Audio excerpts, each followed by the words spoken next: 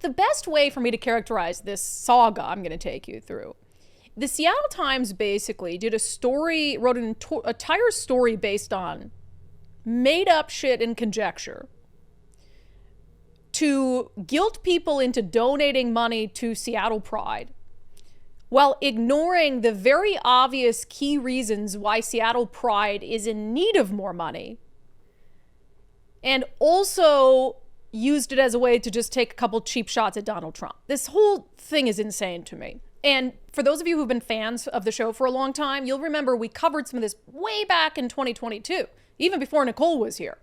So the Seattle Times comes out with this story. Here's the headline.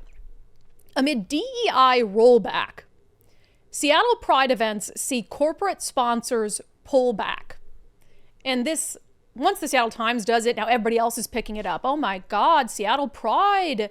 They're down hundreds of thousands of dollars for this year's Pride Parade, and it's because of the DEI rollback, and corporate sponsors are taking their money away. And that's what that headline says to you, right? Amid DEI rollback, Seattle Pride events see corporate sponsors pull back. If you're reading that, you would be led to believe that there must be a direct nexus between corporate sponsors not giving money to Seattle Pride and the federal efforts to roll back DEI. So let's see what they have to provide us to prove that. So I'm going to read quite a bit of this to you today because it really is that unhinged. Seattle Pride and other LGBTQ plus groups in the city have lost significant funding as corporate sponsors, including some that have backed celebrations for years, have scaled back their financial support.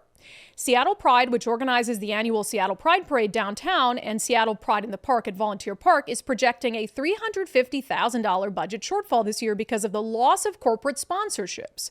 That amounts to nearly a quarter of the organization's annual operating budget, said Executive Director Patty Hearn. Hearn said the retreat in financial commitments by major corporate sponsors is a sign big-name companies may be following the lead of the Trump administration, which has launched a sweeping campaign against diversity, equity, and inclusion efforts and the LGBTQ plus community, particularly transgender people. Hearn said, it's a really rough world for queer people. And this just feels like it's part of that package. So the Seattle Times, in a news story, is quoting the executive director, Patty Hearn, as saying that this pullback of corporate sponsorship of Pride events is a sign big name companies may be following the lead of the Trump administration. And then she says it's a really rough world for queer people. That is the extent of any sort of evidence that they offer in this article that Trump's efforts to roll back DEI or to keep boys out of girls' sports is tied to Seattle Pride losing money. Is just the Seattle Times saying it may be. And the head of Seattle Pride saying it's a really rough world for queer people. So no evidence whatsoever. No corporation coming out and saying, we used to donate money to Seattle Pride, we're not now because Donald Trump. Not one. Nobody's saying it, there's no evidence of it, nothing. That didn't stop Attorney General Nick Brown from sharing the article and offering his thoughts on it. Nick Brown came out and said, DEI is legal in Washington and the country. Trump's authoritarianism may have a chilling effect on businesses, but that's no excuse for ditching what's right. Again, that's the Attorney General of the state of Washington, making an unfounded claim with no evidence to back it up whatsoever that Trump's actions are having a chilling effect on businesses. And so businesses are not doing what's right in giving money to Seattle Pride, as if the businesses have some sort of obligation to give money to Seattle Pride. And if they're not, it must be because of Donald Trump. So the Seattle Times frames a story based on just, like I said, completely made up stuff, conjecture, while ignoring a recent, much more obvious reason why Seattle Pride's corporate sponsorship might be down. In 2022, when Seattle Pride came back after a few years off because of the pandemic, they decided in a very public manner that they were going to take a harder line with some of their corporate sponsors. At the time, the executive director was a woman named Crystal Marks, who's kind of a socialist type, far left lunatic who's got her hands in all sorts of things. So she takes over as executive director, and she makes a point of coming out and basically saying, we're not going to accept money from corporations who have supported candidates or politicians we don't agree with. And one of the corporations they shamed publicly at the time was Amazon, who had been one of the biggest corporate sponsors of Seattle Pride. So this is a post from April 7th of 2022 from Crystal Marks, again, who at the time, she-they, by the way, Crystal Marks, she-they, who at the time was the executive director of Seattle Pride. And she said that they were evaluating at the time all of our corporate partners with an emphasis on presenting higher level partners to ensure they are of the highest caliber and actively support and do not harm our community. She said, through this evaluation process, Seattle Pride has decided not to partner with Amazon for the 2022 Seattle Pride Parade because of their financial donations to politicians who actively propose and support anti-LGBTQIA+ legislation. And it wasn't just a statement. Crystal Marks did a full round of media, proactively, even national media, talking about the fact and sharing publicly the fact that Amazon had come to them and wanted to be that year their presenting partner for the first year Seattle Pride was going to be back.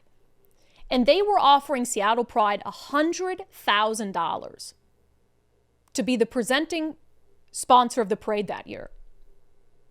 And behind Amazon's back, they colluded and decided, let's reject this money and put Amazon on blast publicly and in the news. So they rejected the $100,000 from Amazon. And one of the reasons was a couple small donations that Amazon had made to Republican politicians in Washington state.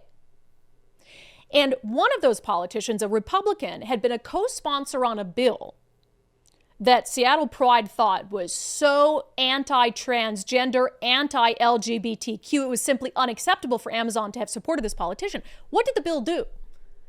The bill said biological men shouldn't be allowed to be housed in women's prisons with women, which is so bad and horrible and anti-transgender that Seattle Pride would turn down $100,000 from Amazon over one bill, one politician co-sponsored that Amazon gave a little bit of money to.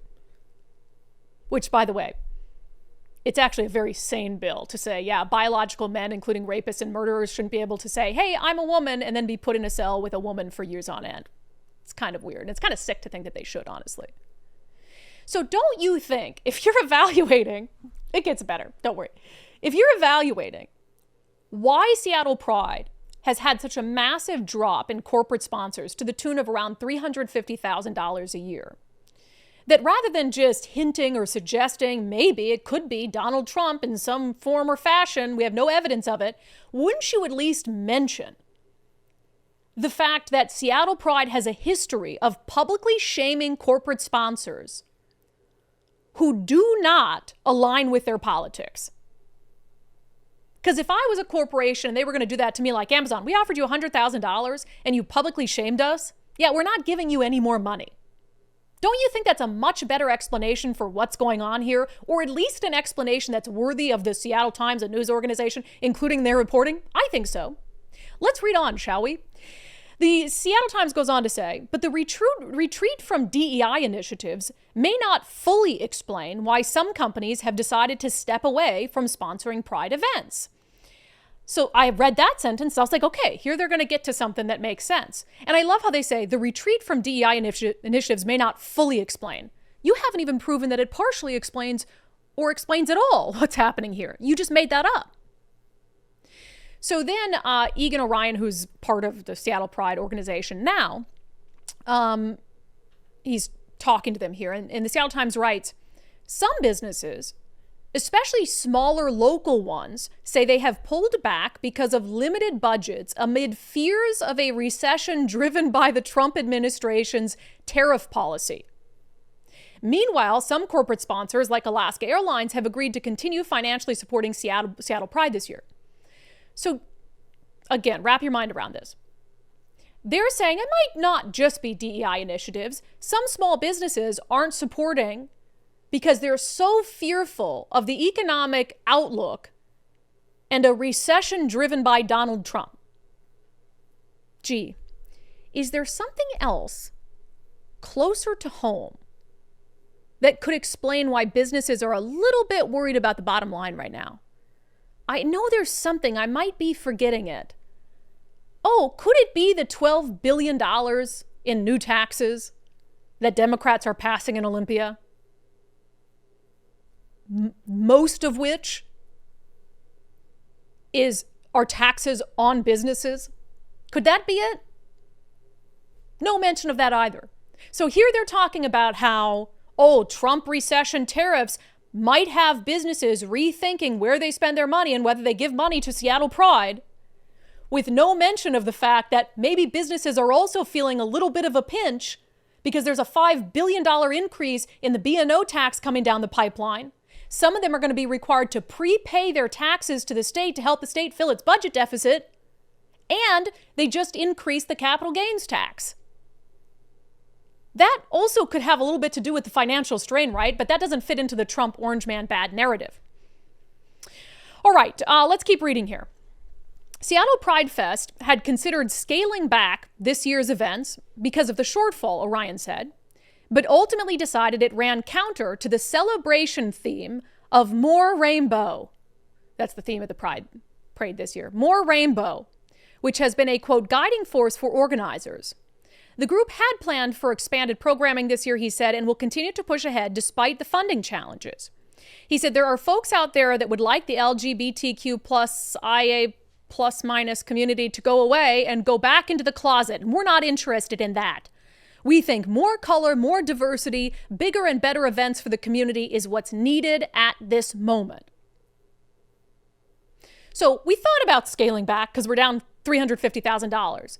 But we can't do that because the theme of the parade is more rainbow, and some of these hate-filled Trump fear-mongerer, anti-DEI, anti-LGBTQIA plus, anti-transgender people might want us to go back into the closet, but we're taking a stand and we're not doing that. What does that say to you? This whole article. This is a grift to guilt people into giving them more money. It's a grift to guilt people, and they even mention a GoFundMe in there. And I guarantee that their fundraising after this article in a city like Seattle is going to shoot through the roof. So they publicly name and shame sponsors for not aligning perfectly with their political preferences. They even turn down money. Then they come out and complain, oh my gosh, because of Donald Trump and his hate towards transgender people and DEI, we've lost all these corporate sponsorships. Corporations are so bad and evil. Will you help us, please? Because we don't want gay people to feel like they have to go back in the closet. It's a very tough time for gay people. Here's a GoFundMe link. It's the most transparent thing I've ever seen. And made even more transparent if you read the editor's note at the bottom of the Seattle Times article, which says this. Editor's note, the Seattle Times is sponsoring Seattle Pride as a media partner this year. Okay, now I get it. So the Seattle Times was more than happy to shame corporations, unnamed corporations, for not donating to Seattle Pride, because then at the end, the Seattle Times could say, but we're righteous and we're still donating and supporting to Seattle Pride because we like gay people, unlike Orange Man Bad, Donald Trump. This is the lot of bangers from the Times. This is the craziest Seattle Times article I've ever seen. They are not a serious news organization. Cancel your subscriptions. And look, I have gone to Seattle Pride for many years. Not the last couple years, because honestly, it got a little too sexualized for me, and I don't need to see other people's junk out in public and kids around. It's weird to me. And I used to love Seattle Pride. I think it's a fun event. And then they started hating on cops. And then they were like, cops can't march in the parade. Cops, we don't even want cops in uniform around. Cops bad in 2020. That was sort of like, okay, so you're very welcoming and yay, all love. And you won't let cops there, even cops that are gay that wanted to march in the parade. So they kind of tell on themselves there, right? Oh, they accuse everyone else of hate. And then they're like one of the most hateful entities around. Oh, and you donated to a Republican, even though there's gay Republicans. There's literally a group of gay Republicans. It's called the Log Cabin Republicans. So they want to celebrate diversity in the LGBTQIA plus community as long as you're not a cop and as long as you're not a Republican. You're welcome there. And they want to shame corporate sponsors, complain when corporate sponsors stop giving them money, and then get the Seattle Times on board to twist it into a story about how all of it is Donald Trump's fault. And I guarantee in 2 weeks, they'll have an article out that the public made up for the fundraising gap. And now this year's Pride Fest is going to be bigger and better than ever because people are suckers. People are suckers for a good narrative driven by TDS. Insane.